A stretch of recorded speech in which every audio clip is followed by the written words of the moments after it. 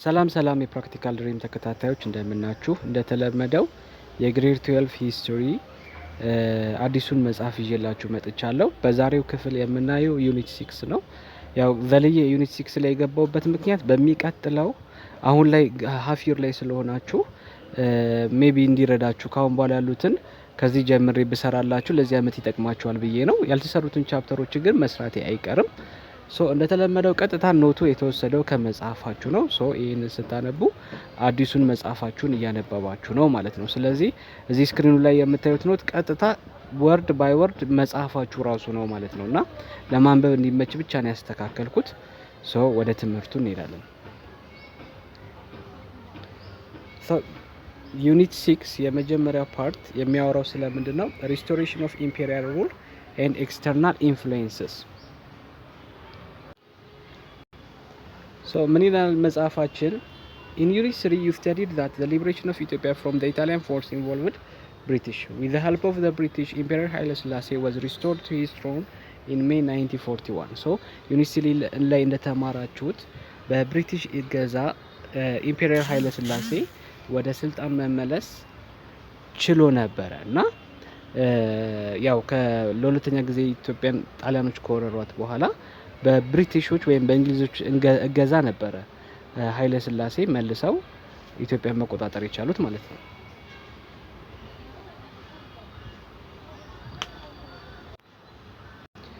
ቀጣይ ምን ይላል መጽሐፉ? Nevertheless, the British who had entered the country as liberators had in fact replaced the Italians as occupying powers. ነገር ግን እነዚህ የብሪቲሽ ሚሊተሪዎች በመጀመሪያ እንደ ሊብሬተር ሆነው ቢገቡም እንደ ነፃ አውጪ ሆነው ቢገቡም በኋላ ግን ምንድነው የሆኑት? they become the occupying power በብዙ ነገር ሀገሪቷን መቆጣጠር ጀመሩ ማለት ነው። ነፃ አውጪ ነን ብለው ቢገቡም መጨረሻ ላይ ግን ኦኪፓየር ነው የሆኑት ማለት ነው። እና they assumed a position of ascendancy in the country in the immediate year following the liberation period. ascendancy ማለት ዶሚናንስ ማለት ነው። ወዲያውኑ ብሪቲሾች ከንጉሱ ጋር አብረው ወደ ኢትዮጵያ ከገቡበት ጊዜ ሰዓት ጀምሮ ምንድነው የሆነው? they tried to dominate አብዛኛውን የሀገሪቷን በተለያየ አቅጣጫ ለመቆጣጠር ዶሚኔት ለማድረግ ሞከሩ ማለት ነውና once the emperor was restored to the throne he was largely preoccupied with the relation with the British.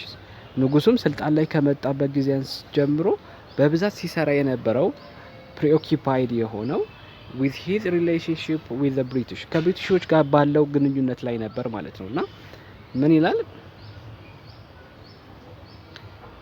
Indeed there was a considerable tension between Ethiopia and Britain. በኢትዮጵያና በብሪቴን መካከል በጣም ኮንሲደሬብል የሆነ ቴንሽን ወይም ደግሞ መፈራራት ነበረ። ምክንያቱም ብሪቴኖች በጣም ዶሚኔት እያደረጉ ስለነበረ ብዙ ነገሮችን ለመቆጣጠር እየሞከሩ ስለነበረ ቴንሽን ነበር ማለት ነው። ምን ይላል መጽሐፋችን?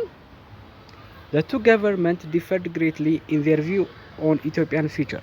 ሁለቱ መንግስታቶች ማለትም ብሪቴን እና ኢትዮጵያን መንግስት ስለ ኢትዮጵያ ፊውቸር ያላቸው አመለካከት የተለያየ ነበረ። The Ethiopian government expected to assume full sovereignty without delay, whereas the British government considered Ethiopian independence only a long objective. የኢትዮጵያን መንግስት የኢትዮጵያን ሶቨርኒቲ ወይም ደግሞ ሉዓላዊነት ያለምንም መዘግየት ይጠብቃል። በተቃራኒው ሳይድ ደግሞ የብሪቲሽ ገቨርንመንት የኢትዮጵያ ነጻነት a long objective ወደፊት የሚሆን ነገር አድርጎ ነበር የሚያስበው ማለት ነው። በዚህ ልዩነት ምክንያት በሁለቱ በብሪቴንና በኢትዮጵያ መካከል የተለያየ ክላሽ መፈጠር ጀመረ ማለት ነው። ምን ይላል? A first clash on this question occurred as early as 11 May 1941 when the Imperial appointed his first post-war cabinet. የመጀመሪያው ግጭት በኢትዮጵያ መንግስትና በብሪቲሽ መካከል የተፈጠረው በሜይ 11 1941 ነውና ምንድነው ኢምፔሪየሩ ፖስት ዋር ካቢኔት ከጦርነቱ በኋላ ሀገሪቷን የሚመሩ ሰዎችን በሚሾሙበት ጊዜ ከብሪቴኖች ጋር ግጭት ተፈጠረ። ይሄም የሆነበት ምክንያት ምንድነው? ብሪቴኖች እነሱ የሚፈልጉት ሰው ካልሆነ በስተቀር አልቀበልም የሚሉት አይነት ነገር ስለተፈጠረ ማለት ነው። ምን ይላል? After some up and down, the British accepted the appointment of the ministers and regarded them as merely እዚህ ጋር የተዘለለች ፓርት አለች መሰለኝ ብቻ አፍተር ሰም አፕ ኤንድ ዳውን ከብዙ ጭቅጭቅ በኋላ ብሪቲሽኖች ምን አደረጉ? አክሰፕት አደረጉ ንጉሱ የሾሟቸውን ሰዎች። በዚህ ምክንያት የመጀመሪያው ክላሽ ወይም ግጭት ሊበርድ ቻለ ማለት ነው። ቀጣይ መጽሐፉ ምን ይላል? The Anglo-Ethiopian Agreement of 1942 and 1941 in January 1942 ኢትዮጵያ and Britain signed an agreement። በ1942 እና በ1944 አንግሎ ኢትዮጵያን አግሪመንት የሚባል ስምምነት በኢትዮጵያና በብሪቲሽ መካከል ተፈረመ ማለት ነው። ሶ አዘኔም ኢንዲኬት አንግሎ የሚለው ቃል ሪፕሬዘንት የሚያደርገው የብሪቲሽ ኔቲቭ የሆነ ሰው ወይም ደግሞ ግለሰብ አንግሎ የሚል ዝርያ እንደ ዝርያ መጠሪያ ነው። ሶ አንግሎ ኢትዮጵያን ሲባል ስሙ እንደሚነግራችሁ በብሪቴንና አንግሎ በብሪቴንና በኢትዮጵያ መካከል የተደረገ ስምምነት ነው ማለት ነው። So the term of the agreement confirmed Ethiopia's status as a sovereign state. However, almost every article of the treaty underlined Ethiopian dependency and the dominant role of British. So ምንድነው የሚለው የአንግሎ ኢትዮጵያን አግሪመንት ዋናው ከላይ ዝም ብላችሁ ከላይ ስታነቡት የሚናገረው ምንድነው? It confirmed Ethiopian status as a sovereign state. ኢትዮጵያ ሶቨርኒን እንደሆነች ሉዓላዊ ሀገር እንደሆነች አክሰፕት ያደርጋል አንግሎ the first anglo ኢትዮጵያን አግሪመንት። ግን ወደ ውስጥ ስትገቡ ሞር የሚያሳየው ምንድነው? ኢትዮጵያን አብዛኛው አርቲክል የሚያሳየው የብሪቲሽን ጠቃሚ ዶሚናንት የሆነ ሮል ነው የሚያሳየው እንጂ እና ደግሞ የኢትዮጵያን ዲፔንደንሲ ምን ያህል ኢትዮጵያ በብሪቲሽ ላይ ዲፔንድ እንደምታደርግ ነው ያሳየ የነበረው አግሪመንቱ ማለት ነው። ሶ በምን አይነት መልኩ ነው ኢትዮጵያ ዲፔንደንት የሆነችው? በምን ያህል መልኩ ነው ደግሞ ብሪቲሽ ዶሚናንት ሆና የነበረው የሚለውን መጽሐፋችሁ ፖይንት ባይ ፖይንት ይገልጸዋል ማለት ነው። So accordingly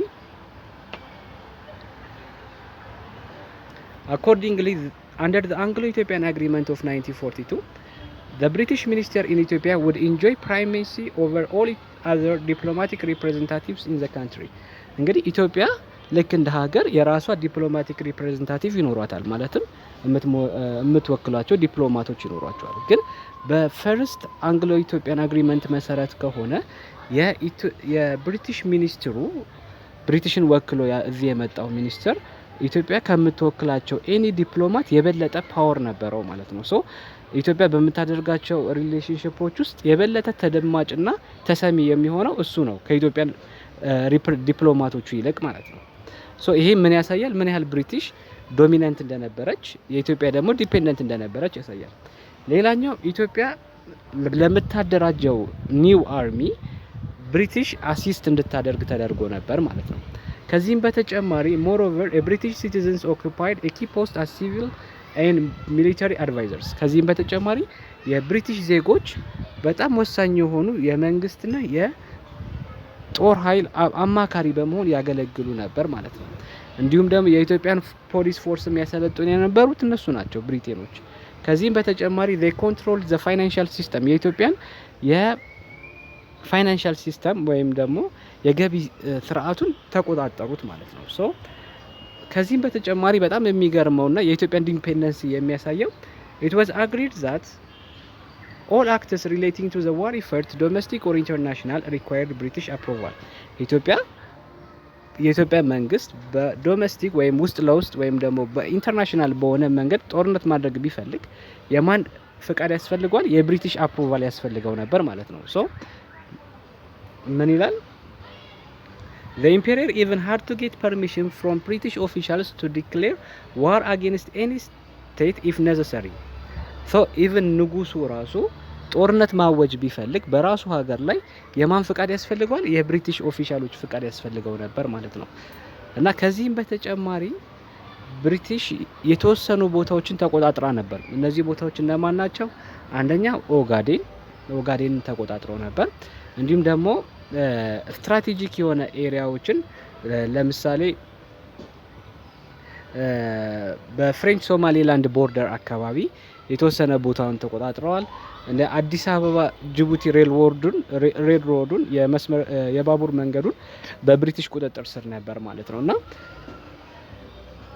ይሄ የሚያሳየው ምንድነው? የብሪቲሽን ዶሚናንስ ነው ማለት ነው። ሶ ምን ይላል? In short, by 1942 Anglo-Ethiopian agreement, Ethiopia was firmly under British economic as well as political control. ስለዚህ በ1942 ኢትዮጵያ በብሪቲሽ ኢኮኖሚክ እና ፖለቲካል ኮንትሮል ስር ነበረች ማለት ነው። ሶ በዚህ after 2 years ምን ይደረጋል? the second Anglo-Ethiopian agreement ይፈረማል ማለት ነው። the second Anglo-Ethiopian agreement was signed in December 1944. ሶ በ1944 ደግሞ ኢትዮጵያና ብሪቲሽ እንደገና ሁለተኛ ስምምነት ያደርጋሉ ማለት ነው። This agreement restored some of the sovereign right of Ethiopian government that had been denied by the first agreement. So ይሄ agreement the second agreement ለየት የሚያደርገው በፈርስት agreement ኢትዮጵያ አታ የነበሩትን መብቶች አስመልሷል። ለምሳሌ ቀደም እንደነገርኳችሁ የብሪቲሽ ሚኒስቴሩ ከኢትዮጵያ ሪፕሬዘንታቲቮች ይበልጥ ነበር ብያችኋለሁ። ይሄ ቀረ ማለት ነው። ምን ይላል? The precedence enjoyed by the British minister in Ethiopia over all diplomatic representatives in the country was lifted. ድሮ የብሪቲሽ ሚኒስቴሩ ከኢትዮጵያ ዲፕሎማቶች የበለጠ ፓወር ነበረው፣ እሱ ቀረ። እንደገና ደግሞ the right to British government in respect to appointment of advisors and officials was also lifted. ድሮ የብሪቲሽ ገቨርንመንት የሚሾሙ ሰዎች ላይ ጣልቃ ይገባ ነበር፣ ይሄም እንዳይሆን ተደርጓል በሰከንድ አንግሎ አግሪመንት። እንዲሁም ደግሞ ብሪቲሽ ወስዳ የነበረውን የኢትዮ ጅቡቲ ሬልዌይ ሮዱን እሱን መልሳለች። የኢትዮጵያን አርሚም በብሪቲሽ ሚሊተሪ ኦፊሻል ውስጥ ቁጥጥር ስር የነበረውም እሱም እንዳይሆን ሆኗል ማለት ነው። ሶ ከዚህ አንጻር በሰከንድ አንግሎ ኢትዮጵያን አግሪመንት በጣም የተሻለ ነበር፣ የተወሰነ የኢትዮጵያ መብቶች ሪስቶር ያስደረገ ነበር ማለት ነው። ሌላኛው በኢትዮጵያና በብሪቲሽ መካከል የነበረው ትልቁ ኢሹ ቴሪቶሪያል አድሚኒስትሬሽን ኢሹ ነው። የቦታና የግዛትን ጋር የተያያዘ ኢሹ ነበር፣ በተለይ በኦጋዴንና በኤርትራ አካባቢ ማለት ነው። እና ምን ይላል? Although the British restored the sovereign right of Ethiopia, they still remained substantial influence. ብሪቲሾች የኢትዮጵያን ሶቨርኒቲ ቢያከብሩም ኢትዮጵያ ሉዓላዊ ሀገር ናት ቢሉም ስቲል ግን በጣም ትልቅ ተጽዕኖ ነበራቸው በኢትዮጵያም በአጠቃላይ በኢስት አፍሪካ ማለት ነው። ሶ ብሪቲሾች ምን አላማ እንደነበራቸው መጽሐፋችሁ እዚህ ጋር ይገልጻል። የብሪቲሾች አላማ ምን እንደነበረ ምን ይላል? They wanted to separate Eritrea and the Ogaden from Ethiopia. ብሪቲሾች ዋና አላማ ብለው ያሰቡት ኤርትራንና ኦጋዴንን ከኢትዮጵያ መለየት ነበር ማለት ነው። ይሄንን በምስል ብናየው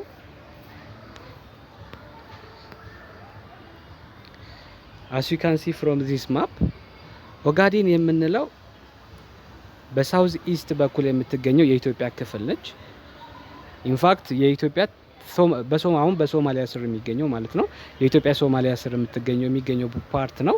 ይሄ የኢትዮጵያን ትልቅ ፖርሽን የሚይዝ መሬት ነው። እንደውም የሚባለው ምንድነው አሁን የኢትዮጵያ ሶማሊያ እዚህ ጋር የምታዩት መሬት በጣም ትልቅ የኢትዮጵያን 1/3 የሚሆን የመሬት ሳይዝ ከቨር የሚያደርግ ነውና አላማቸው ምንድነው? ብሪቲኖች ይሄንን ኦጋዴን የሚባለውን የኢትዮጵያን ክፍል መለየት ይፈልጋሉ ማለት ነው። ሌላኛው ደግሞ በሰሜን በኩል ኤርትራንም ከኢትዮጵያ የመለየት ፍላጎት ነበራቸው ማለት ነው። ሶ ምን ይላል አላማቸው? In the north there was a plan to unite part of Tigray with the highland of Eritrea to form a separate state of Tigrinya speakers under British protection. በሰሜን በኩል ምን ማድረግ ይፈልጉ ነበር? ትግራይን ከኤርትራ ጋር አንድ ላይ አድርገው የትግረኛ ተናጋሪ የብቻ ሀገር መመስረት ይፈልጉ ነበር። በሳውዝ ኢስት በኩል ደግሞ ቅድም በነገርኳችሁ በኢትዮጵያ ደቡብ ምስራቅ በኩል the British government proposed the incorporation of Ogaden with British Somaliland and the former Italian Somaliland to create Greater Somalia ማለት ነው። ሶ ይሄ ማለት ምን ማለት ነው? ቅድም እንደነገርኳችሁ ኦጋዴን የምትገኘው እዚህ ጋር ነው ኢትዮጵያ ውስጥ። ሶ እነሱ የብሪቴን አላማ ምንድነው?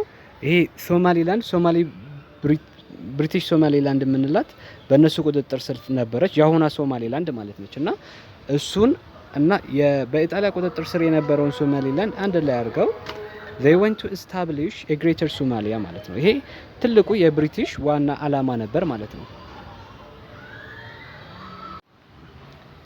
ስለዚህ ባጭሩ ብሪቴን በጣም በብዙ መልኩ ኢትዮጵያን የመበታተን ማለት የምትችሉት በኦጋዴንን ኤርትራን የመውሰድ አላማ ነበራት እና በዚህ ምክንያት ምን ይላል መጽሐፋችሁ?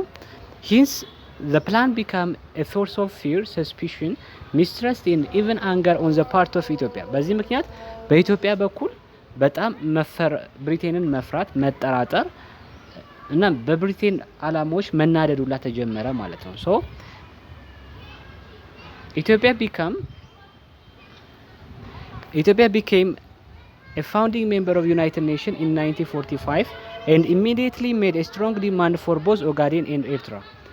ኢትዮጵያ በ1945 ልክ የዩናይትድ ኔሽን ሜምበር ስትሆን በመጀመሪያ ያደረገችው ነገር ምንድነው?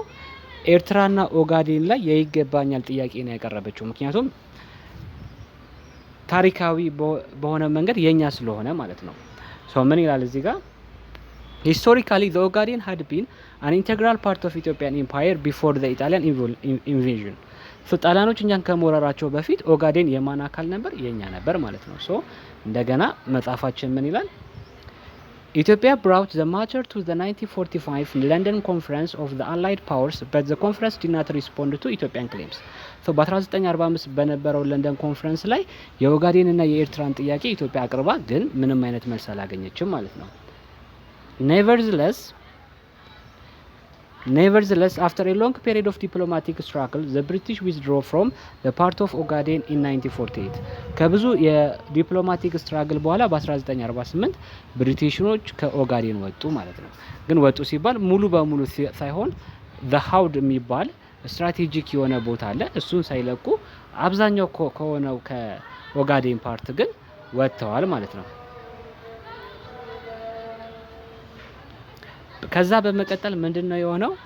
ኢትዮጵያ waged a long diplomatic struggle to regain ኤርትራን ለማስመለስ ደግሞ በጣም ስትራግል ማድረግ ጀመረች። ኢትዮጵያ ዲፕሎማቲክ የሆነ ስትራግል ማድረግ ጀመረች ማለት ነውና ኢትዮጵያ had a strong case on the ground of history, national defense and access to the sea። ኢትዮጵያ ኤርትራ ላይ ላቀረበችው ይገባኛል ጥያቄ ከሶስት አቅጣጫ ስትመለከቱት መብት ነበራት።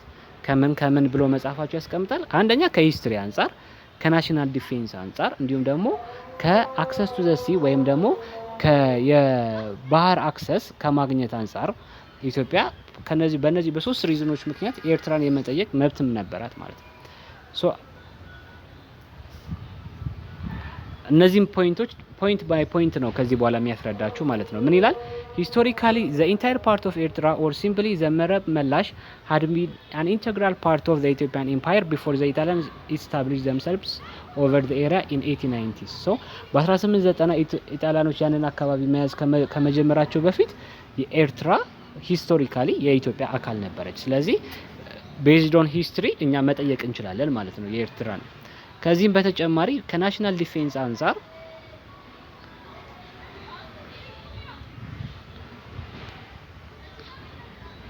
regarding the national defense, Ethiopia cited evidence that Eritrea served as a base both in 1895 and 1935 when Italy invaded the country። so ኢትዮጵያ ከአንድም ሁለት ጊዜ ወረራ ሲደረግባት ኤርትራ ምን ሆና አገልግላለች? ለጠላት መዋጊያ ቤዝ ሆና አገልግላለች። ስለዚህ ለናሽናል ዲፌንስ የራሱ ስጋት ነው። ኤርትራ የኔ አካል ሆና ሳለ ወደ እኔ መቀላቀል ባለመቻሏ ምክንያት ለናሽናል ሴኩሪቲ ለናሽናል ዲፌንስ የራሱ ስጋት ሆናለች በሚል መከራከር ማቅረብ ችላለች ማለት ነው ኢትዮጵያ። ሶ the restoration of Eritrea is also believed to have answered Ethiopian quest for access to the sea። ፕላስ ደግሞ ኤርትራ ብትመለስ ኢትዮጵያ የባህር አክሰስ የማግኘት መብቷ ይከበርላታል ማለት ነው። ሶ ምንድነው የሚለው? The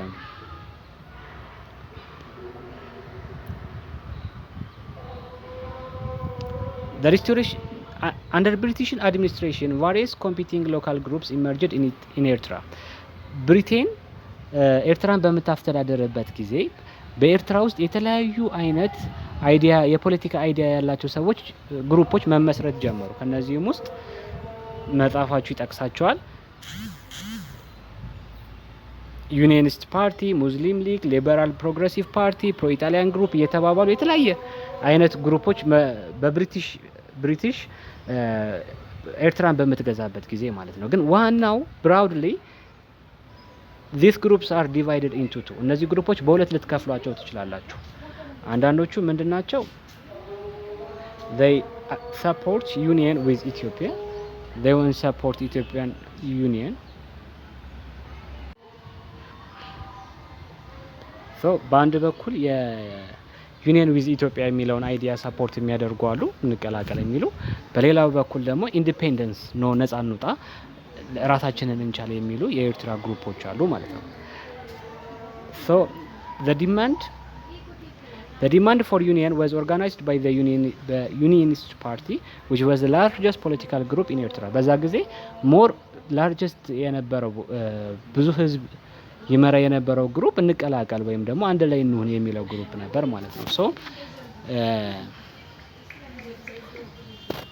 በተቃራኒው ሳይድ ደግሞ the Muslim League, the Liberal Progressive Party and the Pro-Italian group wanted to ensure the continuation of Italian domination. ሌሎቹ የተቀሩት ግሩፖች ደግሞ የኢጣሊያ ዶሚኔሽን እንዲቀጥል ስቲል በጣሊያን አስተዳደር ስር የመሆንም ፍላጎት የነበራቸው ነበሩ ማለት ነው። ሶ በአጠቃላይ ምንድነው የሆነው? ይሄ ኢሹ እንዲፈታ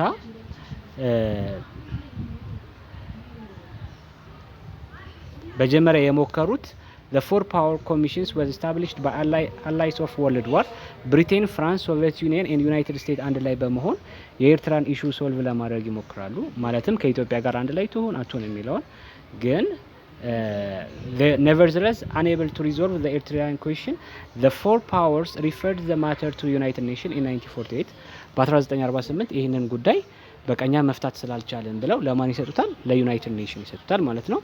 ሶ ዩናይትድ ኔሽን ምን ያደርጋል? ኮሚሽን ስታብሊሽ ያደርጋል ማለት ነው። ይሄ ኮሚሽነሮች ስታብሊሽ ይደረጋሉ። እነዚህ ኮሚሽነሮች የተወጣጡት ከበርማ፣ ከጉታማላ፣ ኖርዌይ፣ ፓኪስታን እና ሳውዝ አፍሪካ የተወጣጡ ሰዎች ኤርትራ ሄደው የኤርትራን ጉብኝት አድርገው የኤርትራን ሕዝብ ፍላጎት አጥንተው የራሳቸውን ውሳኔ ያሳልፋሉ ማለት ነው። እና በውሳኔውም ስቲል ግን መስማማት አልተቻለም። ምክንያቱም ጉትማላ ኤንድ የፓኪስታን ምን ሪከመንድ አደረጉ? ኢንዲፔንደንስ ቱ ኤርትራ ብቻዋን ትሆን አሉ። ሳውዝ አፍሪካና በርማ ደግሞ ፌዴሬሽን ዊዝ ኢትዮጵያ በፌዴሬሽን መልኩ ከኢትዮጵያ ጋር ትቀላቀላሉ። የኖርዌይ ሪፕሬዘንታቲቭ ደግሞ ኖ ከኢትዮጵያ ጋር አንድ ትሆን የሚል ውሳኔ ሰጡ ማለት ነው። ስለዚህ በዚህ ምክንያት ምንድነው የሆነው? the UN assembly voted for federation. ኤርትራ was federated with Ethiopia on December 2 1915 so መጨረሻ ላይ በዲሴምበር 2 1950 ኢትዮጵያ በፌዴሬሽን መልክ ኤርትራ በፌዴሬሽን መልክ ከኢትዮጵያ ጋር ጆይን ማድረግ ቻለች ማለት ነው። ሶ የመጀመሪያው ፓርት ይሄን ይመስላል። ኔክስት ቶሎ ከዚህ በኋላ እስከ አመቱ መጨረሻ ድረስ ከዩኒት 6 ጀምሬ ሜቢ እየተማራችሁት ነው ብዬ ስለማስብ ለመጨረስና ለማስረዳት ሞክራለሁ። ባይ ባይ።